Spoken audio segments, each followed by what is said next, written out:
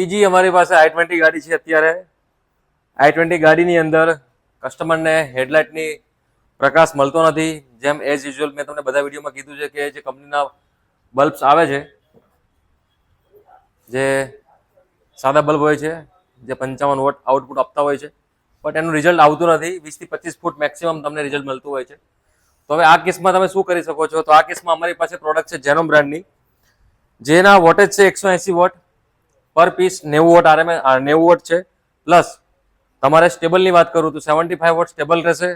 એના સિવાય આના કેલ્વિનની વાત કરું તો 5000 કેલ્વિન છે, લુમેન્સ છે 19000.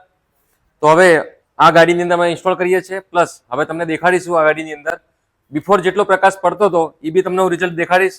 ધેન હવે તમે જોઈ શકો છો આફ્ટરમાં લો બીમ તમે જોઈ શકો છો, ધેન હાઈ બીમ જોઈ શકો છો. જો તમને અમારા વિડીયો પસંદ આવ્યો હોય તો અમારી ચેનલને જરૂરથી શેર કરો, સબસ્ક્રાઇબ કરો એન્ડ લાઇક કરો. Thank you so much.